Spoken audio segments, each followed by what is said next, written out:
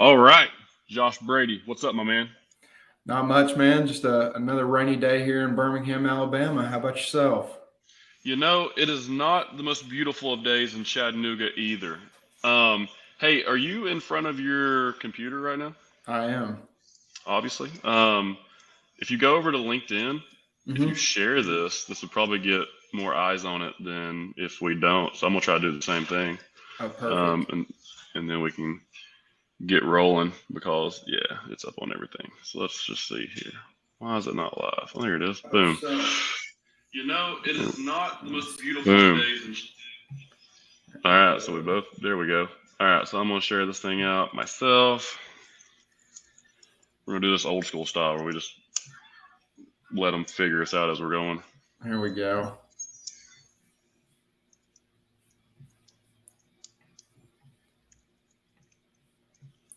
What else you got going on over there today? Man, a lot of meetings. We're implementing Sales Loft into our tech stack, and I'm in charge of doing all that. So I've got a bunch of meetings going on for that, and just a bunch of construction meetings, meeting with a couple different people in the construction world, and just trying to get on top of that. So other than that, not too much. So talked on the phone, but just for all the people that are going to be seeing this later on, kind of give them a little bit of idea of like what it is you do on a daily basis. Yeah, absolutely. So we have a really unique product. Not to sound salesy or anything, but like our main uh, kind of realm is we serve about 200 Chick-fil-A's across the country, and we've served up to 500 at any given point. And so what we do is leadership development. So we have a whole menu of over 7 years worth of content that we've gotten permission from thought leaders like Brady Brown, Simon Sinek, James Clear. And we've taken all this and put it into an app basically. And so completely customizable to what you want to see developed in your people. So how to have effective one-on-ones, how to have tough conversations, conflict management, things like that you'd love to see your people go through, but they wouldn't read these books and stuff. And so we've made it fun and engaging and put movie clips and stuff like that are going to be fun. And so really a cool product. And it's an awesome atmosphere. I mean, we're a startup. We're 6 years old. So startup culture is awesome. And so we have a lot of fun in what we're doing. But yeah, man, it's been great so far. Yeah, startups are fun. We're in our fourth year here at 12 Point as well, so I get that completely. So pretty much what you're saying is it's like a management software, an easier way to motivate your teammates, your team members for as a manager. Is that kind of what the platform is? Yeah, and we focus a lot on like retention. So everybody's leaving their jobs right now. So Hmm. how am I going to feel like I'm being invested in as an employee? How am I being grown? Not only with training, but also how am I being developed as a leader? Am I being sought after as a leader and being developed in that? And so we've seen a lot of value in that. And what's cool is we serve a lot of different industries. So I focus on logistics and construction, industrial, that kind of realm. And so we have that. And then we also, we work with Fortune 500 companies where you got people wearing power suits, but we also got guys that are ripping cigarettes on a job site that are doing the same thing. So Right. leadership's leadership. There's nothing new under the sun when it comes to that. And so it's been really cool to see it really impact a lot of different people in different ways. Yeah, no, that's good. And leadership is leadership. I believe that completely. Now, are you at home? I Where? I'm at the office right now. I'm actually in my boss's office. He's up in my office doing some meetings, and so I'm usually upstairs in our office. Our office kind of looks like a house, to be honest with you. So it's kind of a cool setup. But Sure. yeah, so So now, is it an old house that you guys are in an office? Is that pretty much what it is, or is it just an office space that's built out, layout like a house? it's just an office space. It's kind of built out like a house. Gotcha. Yeah, Okay. Cool, yeah. man. Well, hey, like I said, leadership is leadership, and you hit on a good point there.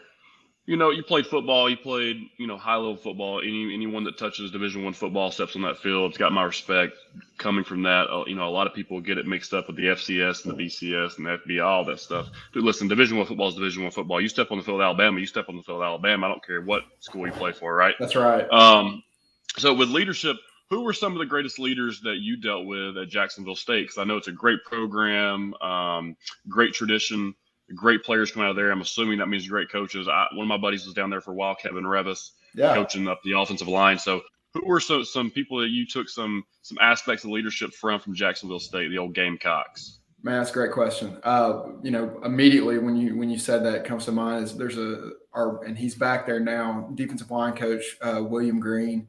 Went and played he was Florida Gator guy, went and played for the Browns for a little bit, came back, was at Jacksonville State, went to UL Monroe, and now he's back at Jacksonville State with Rich Rod. And man, just a tremendous leader and really cares about his guys. And as well as I do, a player's coach speaks volumes when it comes to college football, and he is a player's coach and stood up for us and really took into account our feelings. And me and Revis also got along real well, man, being a couple of Chattanooga guys and just being able to talk hunting, fishing, and he was there for me in a great way. And he's an excellent leader and led his guys really well. And man, he brings down the hammer. I mean, that guy Revis is a tough dude, but an excellent leader. And Coach Gross was awesome, and he's over at Clemson now. He's an analyst.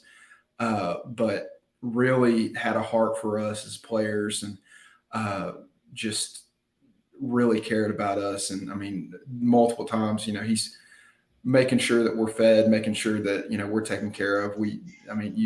There's so many different levels of people where there's guys that have millionaire parents and there's guys that don't have anything. And so every single guy on our team felt cared for. And I thought that was huge. And so, but those three guys, but Coach Green is definitely at the top of that list, man. And he's the guy. So, is it an energy thing, or is it just a player coach aspect?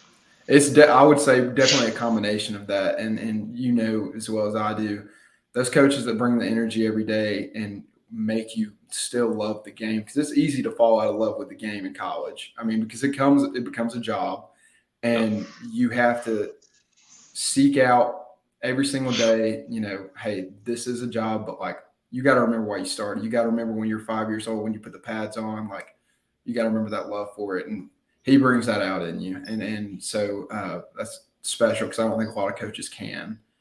But what about you? What about at Old Mock Nation, man? What about a couple coaches for you that really emulated leadership well?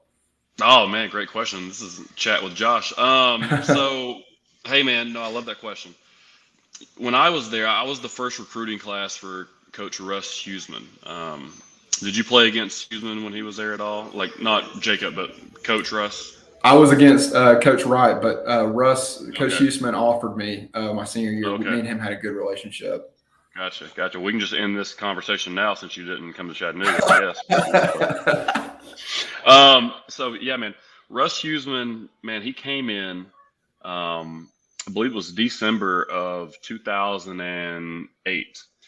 And UTC had, not even offered me. They hadn't even looked at me. They told me that I was too small, that I wasn't athletic enough, that I was never going to be able to play linebacker at that level, all these different things, right? But I was local. I mean, I was the East Ridge guy. I was one of the Chattanooga boys, one of the top Chattanooga boys, right? Yeah. As far as stats and stuff go, I just played for East Ridge. It wasn't a great team. And, he came in, and within 2 months of him being here, before signing day, they offered me. They offered me their last scholarship. He said he wanted to go after local players that had a little bit of a following to get some butts in the seats, and he wanted to, develop those players and get them on the field, right? So I was all in. I wanted to do that.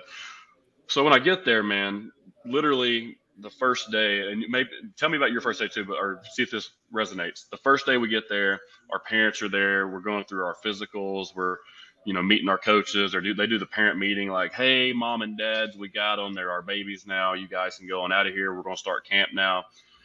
I'm talking about, it wasn't no less than the door shutting, like, as our parents were leaving. And it just changed immediately. Everything changed. And one of those things was, he'd be like, listen, all right, now your parents are gone. Now you guys are mine, and you're going to do what I tell you to do. And we're going to do it a certain way, and we're going to have high expectations, and we're going to turn this program around. And we're going to go from a 1-win program to we're going to win championships here at Chattanooga. But the way we win championships at Chattanooga is in the classroom and doing the little things the right way. He was always about doing the small things the right way. Every little bitty thing is going to add up. And man, I would be lying if I told you he didn't bring that same energy every single day, even after I was gone. Mm-hmm. And I still stay in contact with him now. He's at Richmond, and he's still the same guy. Like, he's the first one there, the last one to leave. He's holding the coaches to a high standard. I mean, I don't know if this is completely true. I've heard some things through the grapevines. Not necessarily a coach's coach, if that makes sense. You know, but not the greatest players coach either. Like, me and him had our struggles. When I had good grades and I was doing well at practice, he wanted to get me into the field. He wanted to get me on my freshman, sophomore year. He wanted to get me out there. And then I started partying, and then my grades started slacking, and then I get injured, all this stuff. Well, dude, now he's like a father figure, and he's hammering home on me, like, being real. Here's a funny story. So this is where he gets all my respect. This is not my redshirt year, but like my actual freshman year of playing. We had just finished the season. I just hurt my neck. I'd been out for a while. I have 3 math classes in the spring of that semester: accounting, stats, and something else. Right? And dude, Monday, Wednesday, Friday, 9, 10, and 11. It's just how it worked out. Now, if anybody knows me, they know math is my worst subject. Not like money math, but math is in like stupid math that you're never going to use again, unless you're like an engineer or something. So, dude, I failed all of these classes. The only classes I passed that semester was public speaking and like psychology or something. I don't know what it was. That kept me eligible. And so I failed all those.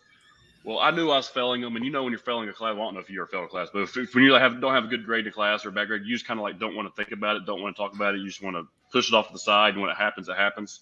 Oh yeah. So I'm working at D1 in Chattanooga. They just opened up, and I'm a trainer there during the spring, going into the summer.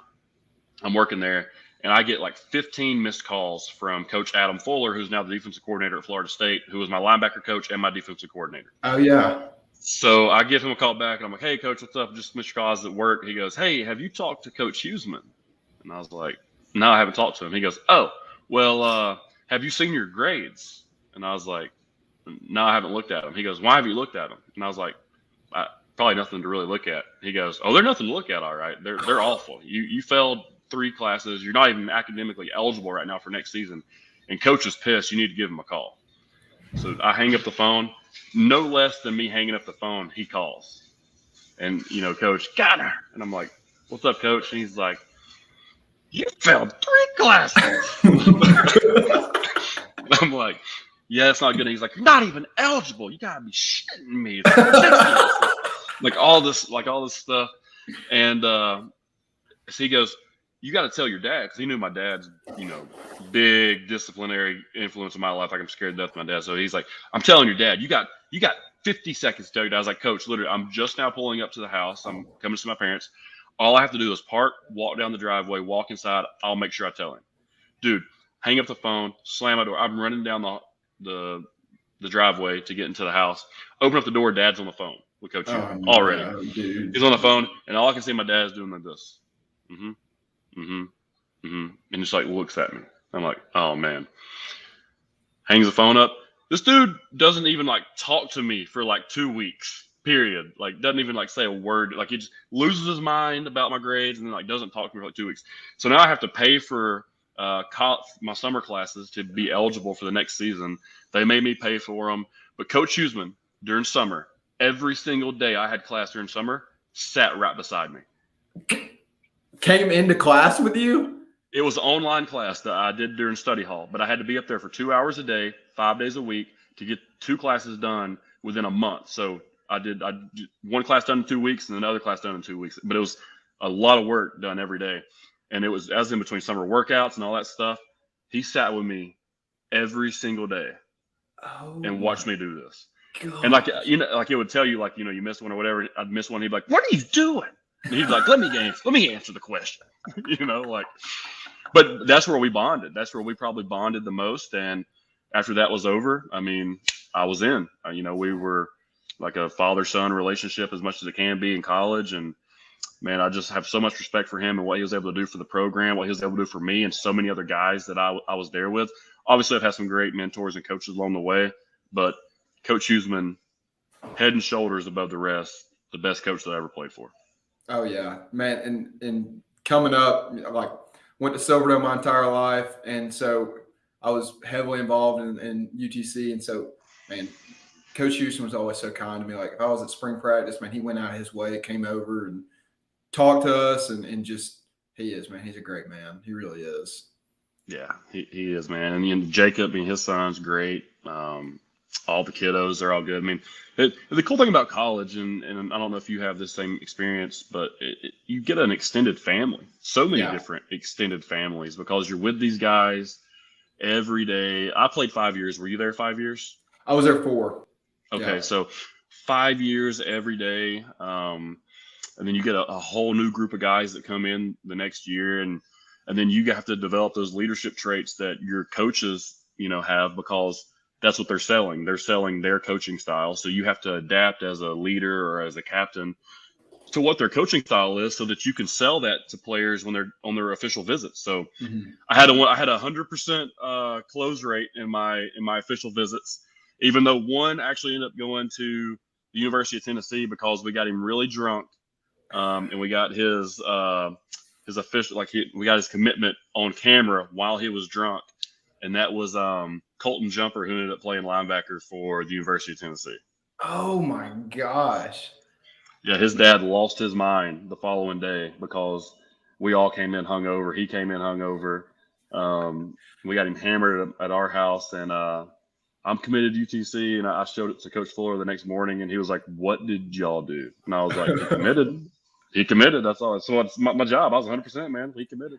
Man, those were always I love getting official visits. That was the same way. It's like you get a kid and it's sales. That's all it is. You were selling the program. Yeah. Right. Yeah. And so, quick story. I was a junior and we didn't have a punter. And so part of my job being easier is having a good punter. And so being a long snapper, I want height and I want somebody that's going to be able to get it off quick, makes me look better. So I started asking around. Long snap community is real weird, man. I've got a lot of friends, a lot of different places. And so one of my best friends is a backup snapper at University of Alabama. And so I said, "Hey, man, do y'all have anybody?" He's like, "Yeah, we got a guy really, really good. Just hadn't been given a shot." He was sitting behind J.K. Scott at the time. And so I started reaching out to him. I was like, "Hey, man, listen, you could come in here, walk in, start all good, right?" And so he said, "All right, yeah, I'm in." Well, I failed to realize that my man was a dumbass and had a 1.8 GPA and was ineligible, but comes to Jacksonville State, 6'7" punter, and just drops bombs. But he comes on his official visit, comes and meets Coach Gross, and Coach Gross is a very, very Southern man. He's from Oxford, Alabama. "Frick, man, you look good." And I too have 100% close rate on my official visits. And then, it's just a great lead into sales, man. Yeah, man. So, and, I like to talk about that too. Football and sales, there's definitely some overlapping aspects to it. I also went into professional wrestling after it was over. Yeah. And dude, there's so many characteristics of professional wrestling you can carry over into sales. And it's pretty much, I don't know why every pro wrestler is not a sales rep. I have no clue why they're not. Especially if they like to talk, charismatic, and they're pretty much playing themselves anyways, tuned up. Dude, that's what this is. All you're doing is acting, selling, trying to be who you need to be to get people to give you business, right? I mean, obviously it helps when you can just be yourself. It's a lot easier. But there's times you just got to be what it is that you got to be to get the job done. And a lot of people don't feel comfortable with that. How has your transition been from football over to sales? I know you took a little bit of a path. You was a teacher, you was a coach. How'd the transition work? Yeah, man, it was definitely a crazy thing, and COVID being right in the middle of it. I mean, it's crazy for everybody, but finished up my career and had a couple different opportunities and had I say I had a cup of coffee with the Ravens and the Colts, basically. I mean, that was about all I did with them. And so was fortunate enough to do that and kind of kept pursuing that path. And so I became a graduate assistant coach at Jacksonville State and took care of special teams and recruiting and did that. Well, the pandemic hit, and we had like 8 grad assistants, which is, that's a lot. Wow. Yeah, it is a lot. And so they sent all of us home but one guy who had been there for a couple of years, and continued to pay for our education, which was huge. And so I was still doing my master's, and started coaching over at Silverdale again, and they had me coaching. Who was the head coach over there? My head coach was Al Rogers, and love him to death, like a second father to me, but they just switched. And so it's Mike Connor now, who used to be at Chattanooga Christian. Okay. And so it was his first year, and I was coaching wide receivers, and I was special teams coordinator. Don't know jack squat about wide receivers. I played offensive and defensive line in high school. I was a long snapper in college. So sure, yeah. But good experience. And so while I was out there, my middle school principal was like, "Hey, I heard that you're just kind of working on your master's right now. Would you be open to teaching 6th grade?" And I was like, "Well, never turned down an opportunity to make a little money while I'm doing my education." And so taught Tennessee State history, and was still kind of pursuing the dream of football there for a little bit, and was had a couple different opportunities. USFL and XFL was looking like it was going to get kicked back up and stuff, and just didn't pan out. Had a pretty bad shoulder injury my senior year of college, and finally had surgery on it this past August. And but all these things led to where I am today at Wildsparq in Birmingham. And all my friends are here. My best friend actually referred me for this job, and he has a 4-year-old son. It's my godson, and so I knew I wanted to be close to them. So came here. A bunch of Jacksonville State people around here, and it's been huge. And so always knew I wanted to be in sales. It's been great. And then one thing I did during the pandemic, which was absolutely crazy, there's a vodka distillery in Chattanooga called Lass and Lion. And they switched completely over to hand sanitizer. So a bunch of companies did that during that. Oh, yeah. We did that. So not to interrupt you, just a quick side note. So our owners created 12 Point Logistics off of their chemical company, Jatco. Okay. Yeah. And they had, Jatco and Jasper. So to cut down the transportation spend. So when COVID happened and sanitizer went crazy, they had the contacts and the chemicals to build the sanitizer from scratch and put their own fragrances in it to do whatever they want to.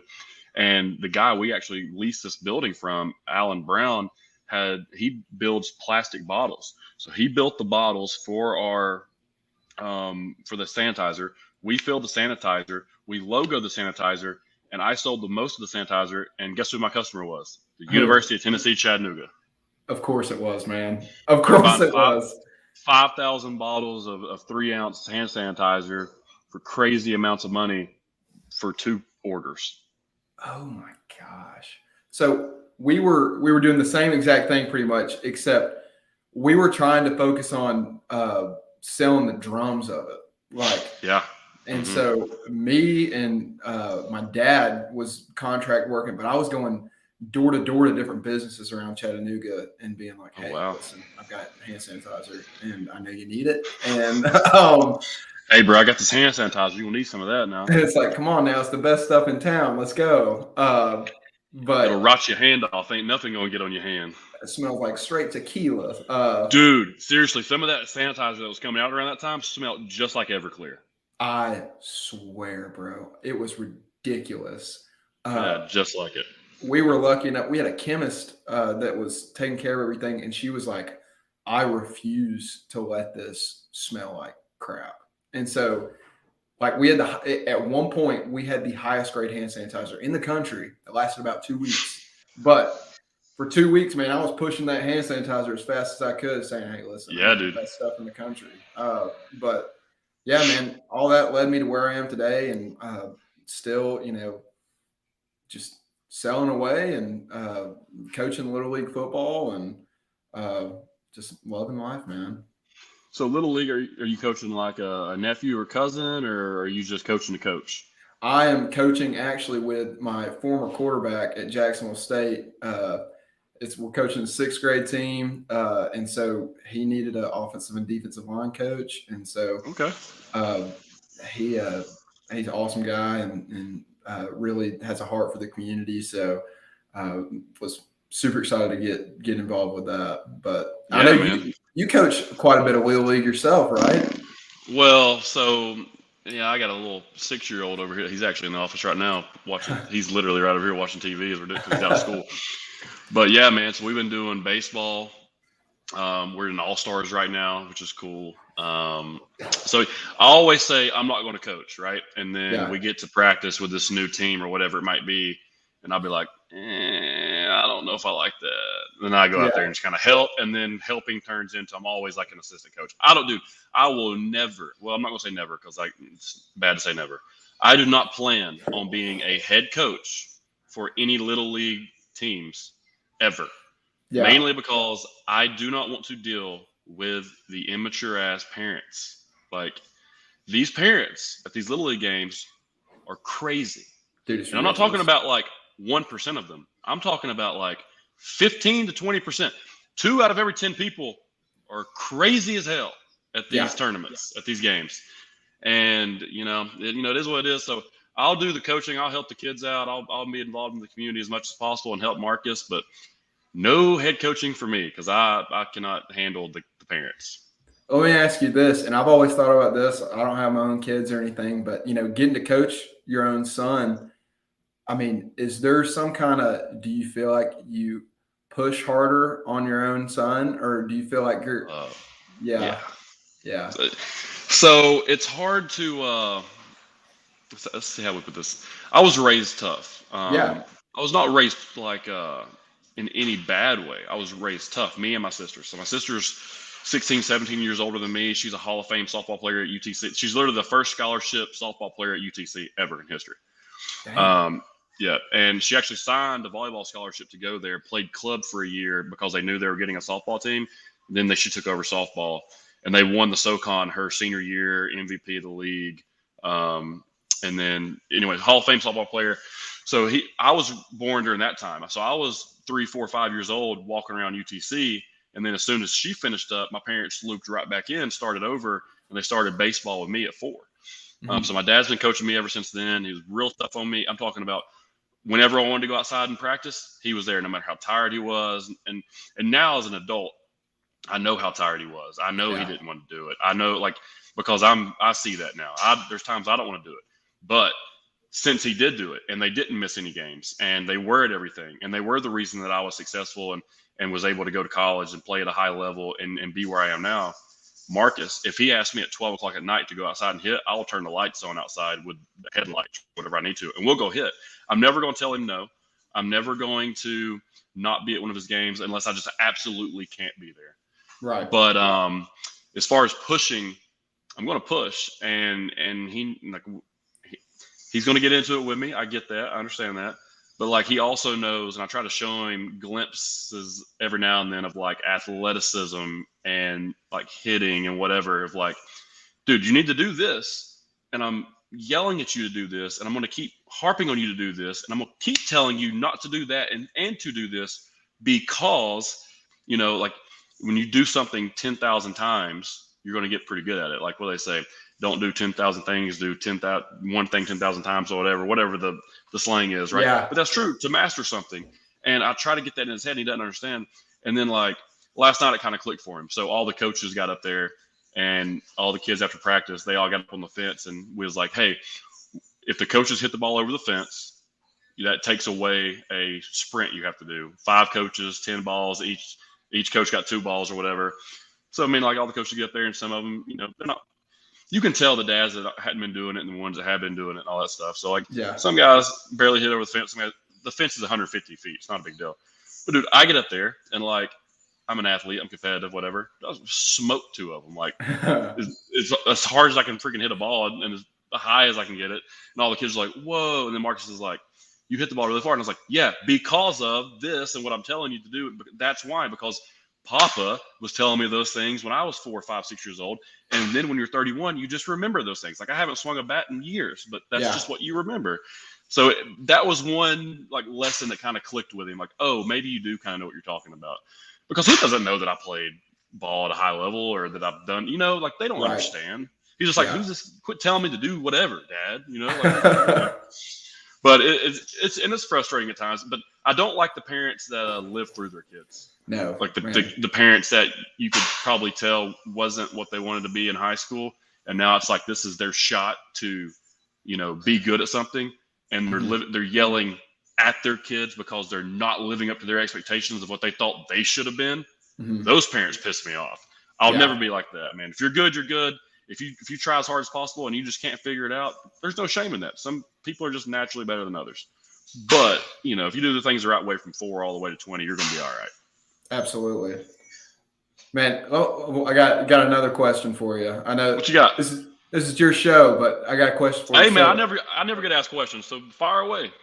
So obviously, I mean, man, like not to pump the ego up, but like you were the guy at Chattanooga for your time there. I mean, you really were, and you were team captain and did everything well there. And transitioning off of that, man, was it difficult to find your identity in something else? And I know wrestling's a big part of what you're doing as well, but putting your identity in something else other than wrestling or football, was that a difficult transition for you?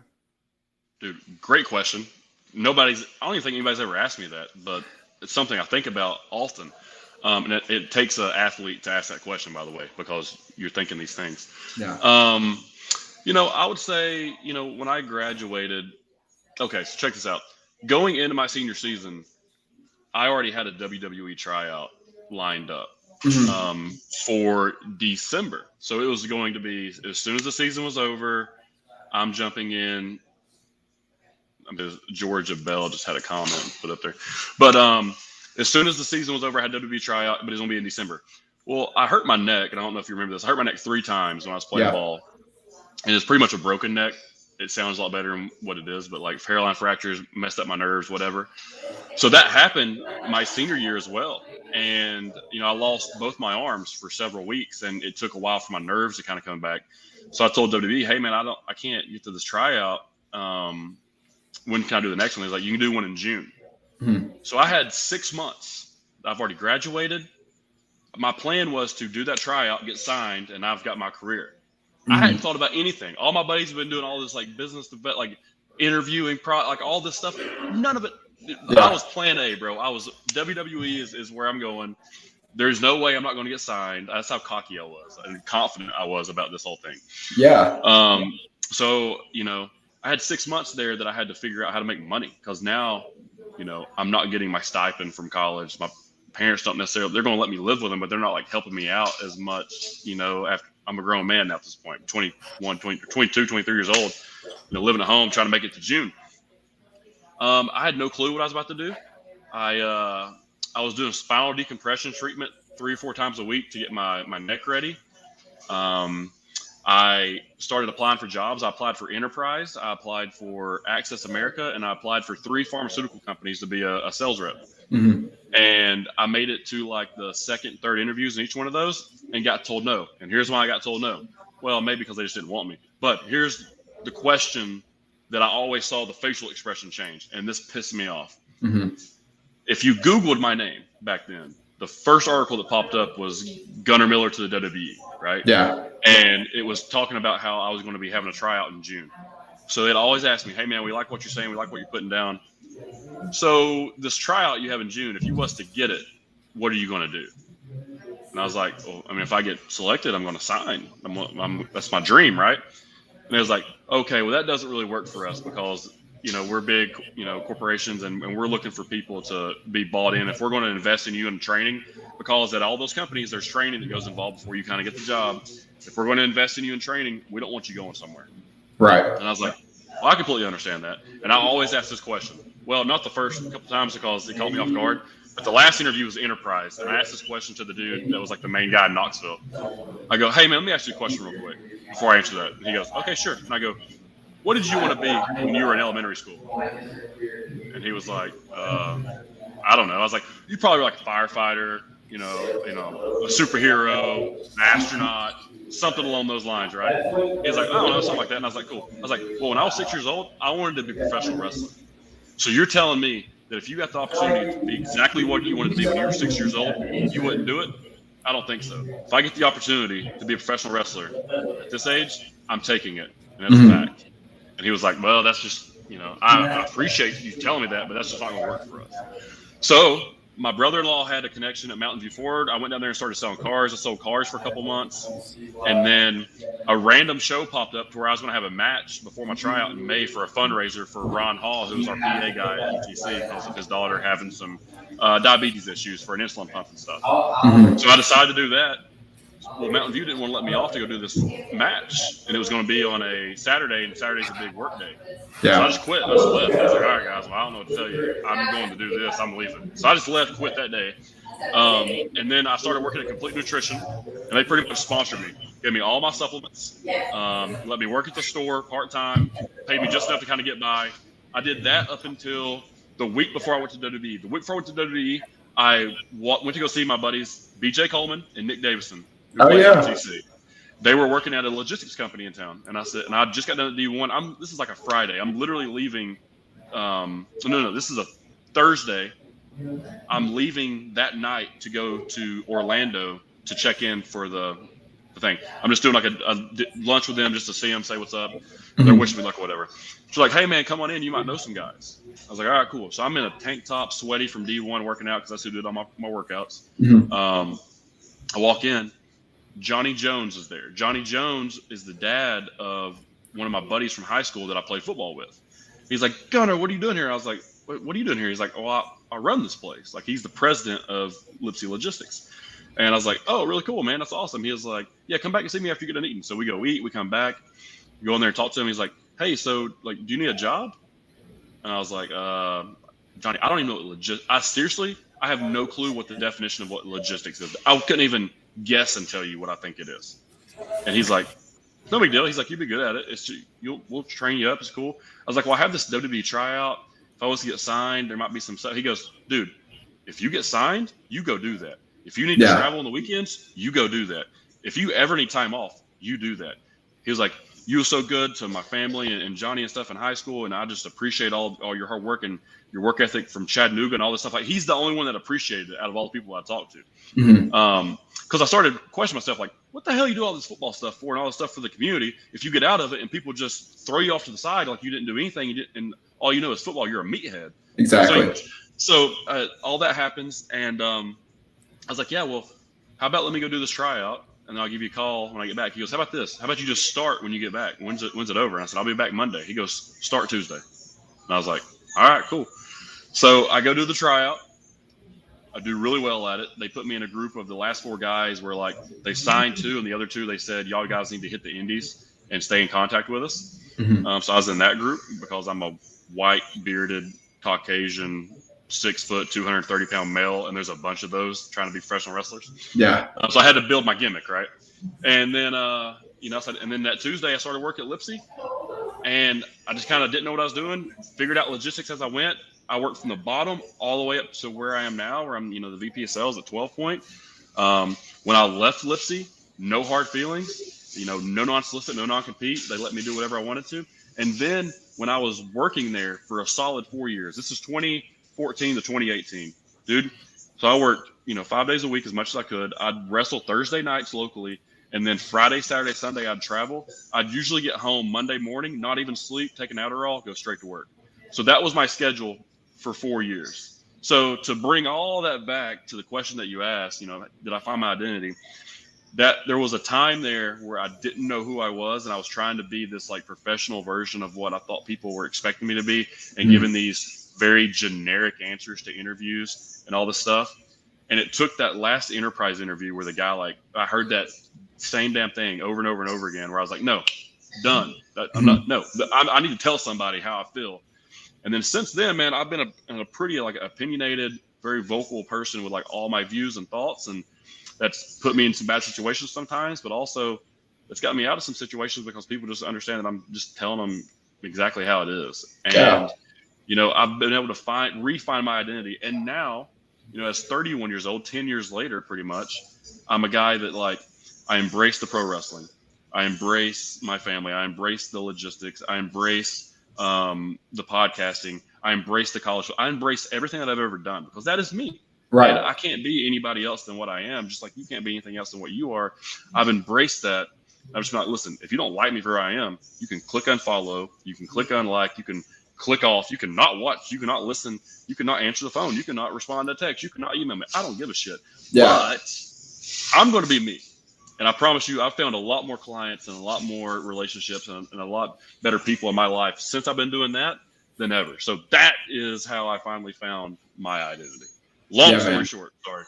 No, that was awesome. That's huge though. And not a lot of people, I feel like, understand, coming off of that high of like collegiate sports. And then especially like you're riding a high of like WWE and all that good stuff. It's like, all right, well, where does Gunnar Miller fall as a man? Where does Josh Brady fall as a man? Who am I to my core? And you got to figure that out. And I'm 24 years old. And so I'm not too far out of the college football world, but, just figuring that out and seeing, people like you that have been successful and done it, it's great to hear something like that.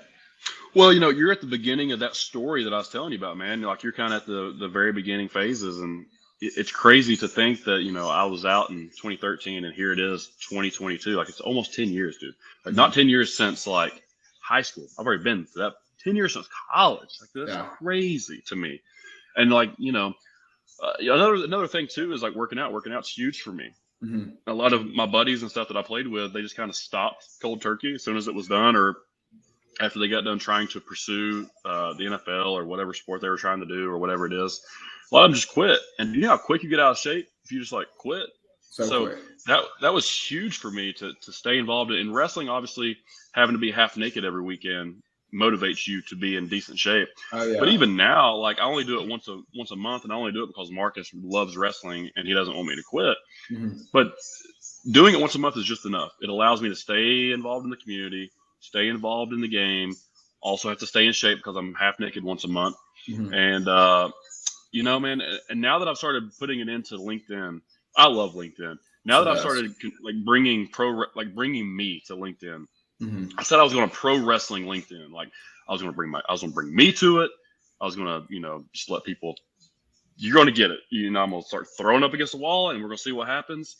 And I think it's been received pretty well. And I think more people should do that. Your personal brand is huge. You do a great job of that. I see what you're doing and the themes that you're trying to come up with the redneck stuff. And I love that. I think that's great. It, I mean, you look at like Larry the Cable Guy and Jeff Foxworthy and those guys. I mean, they made a career off the redneck stuff. So I don't know of any redneck sales type stuff. Dude, run with that. That's awesome. That's a great niche. But yeah, man, just do that stuff and start now. Like I didn't start now. I was doing all this and I had things separated. Like there was pro wrestling gunner, there was family gunner, there was party gunner, then there was logistics gunner, and they were all separated. I didn't want any of those people intertwining with each other. Right. And then, and I started doing a podcast later. So then there was podcast gunner. So like there was 5 of me out there floating around and I was having to be a different person everywhere I went. And it was getting exhausting. And people would ask me, hey man, what do you do? Depending on who I'm talking to, I'm going to give them a different answer. I do logistics. I got a podcast. I was a football player. I do pro wrestling. I never gave them the whole thing. Now ask me what I do. Bro, I'm a dad. I'm engaged, about to be married. My fiance is Samoan, so you're pretty much looking at the head of the table right here. I'm gonna be a chief of this. I'm gonna have my people down there, on my island. I've been studying up on Samoa. I do podcasting. I try to interview as many people as I possibly can to learn as much as I possibly can. I've learned more since being out of college since I was in because I'm learning things that I actually want to apply with my job. Mm-hmm. I'm a sales professional, not a sales rep. I consider myself as a sales elite. I'm gonna treat it like it's a sport. I've got a little bit of percentage in the company, so I got some stake in this. I got some like ownership and some pride with that. And dude, I'm a pro wrestler. So what? And that's the one that usually people are like, pro wrestler? Tell me about that. You know how many doors I've gotten into and how many conversations have been started because of pro wrestling? It's crazy, man. It's wild. Oh, I believe it, man. I mean, even like this morning, I came in here to sit down and start everything, and I was like, yeah, I'm getting on a podcast this morning. I was telling them about you, and a pro wrestler. I was like, hell yeah, that's right. I mean, that's the response, man. That's the response. But, and a lot of times they'll ask, like, is it like like fighting? I'm like, no. It's not like MMA. And then I always say, this is where like it makes the pro wrestling community weird. I'll go like the fake stuff, and because they hate the F word, they hate the fake stuff. I'm like, it's fake. It's a predetermined winner. It's choreographed. However, getting to that win is not fake. Every time you fall, you fall. When you get hit with something, you get hit with something. And occasionally you accidentally get punched or accidentally get kicked, or you can get hurt. Like I blew my PCL out in 2018, and that's why I had to take a hiatus from wrestling. But that also turned me into who I am now. That's when I met my fiance, all that stuff. But yeah, man, I mean, that's just who I am. And I love that you're embracing who you are and doing your thing. And I just think it's really cool, trying to get as many people on here as possible. You're a perfect candidate. I want to get some more college athletes on here that have transitioned into the business world and into sales that are kind of our age or in that group of people, 35 to 22-ish, that group of guys. And, just learn from as many people as possible and just, do the thing, man. But, hey, I want to look at this comment real quick. So Georgia Bell says, kids will be as good as they want to be, not as good as their parents want them to be. Parents have gotten out of control. One, I agree with you. I think parents have gotten out of control. Two, I disagree that kids will not be as good as their parents want them to be. I think it's a healthy balance. Like if you have a parent that is, technically good at teaching a sport, which is very rare, but your high level athletes have had good coaching. If they're able to give a 4, 5, 6-year-old Division I coaching from the time they're that age to they're in high school, and they want to learn, or if they don't want to learn, they're going to understand what you're talking about. They're going to have more knowledge than anybody on that field. Because I know when I was in high school, dude, I didn't get taught anything. It was, hey, man, line up in the middle, go tackle the guy with the ball. If you get the ball, go score. Like that was what I was taught. And when I got to college, I don't know if this was the same thing with you. I mean, long snapper might be a little bit different. But linebacker, bro, I didn't know shit. So, like, my answer to everything, it was a joke with our D coordinator. Coach Ford always laughed at me. He'd be like, Gunner, where you at right here? B gap? Because I'd always say B gap. Like no matter what it was, right? I'd wake up from a nap, B gap. So anyways, man, but that's pretty much me.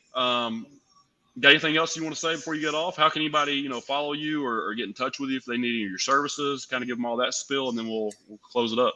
Yeah, man. Find me on LinkedIn. My name's Josh Brady, and then my company, it's called Wildsparq, and that's wild spelled regularly, and then SPARQ, wildsparq.com, and then you can reach out to me. My number is 423-718-0501. Love to chat about leadership development or about anything else. I mean, hey, I'm always trying to learn, so just like Gunner said, it's always good to connect with people and trying to learn from the community. So, yeah, man, I appreciate you having me on. This has been a blast. Dude, Josh, I appreciate you coming on. I appreciate you, following up with us and following the content and interacting. That's huge as well. I'm going to keep doing it with you. Keep doing your thing, man. Love the redneck stuff. I'm going to send everybody that's looking for leadership development, any type of managing type skills or any type of motivation, I'm going to send them your way. So I appreciate you coming on, man, and we'll catch you next time, all right? Awesome, man. I appreciate you. All right, brother. You have a good rest of the day. You do the same.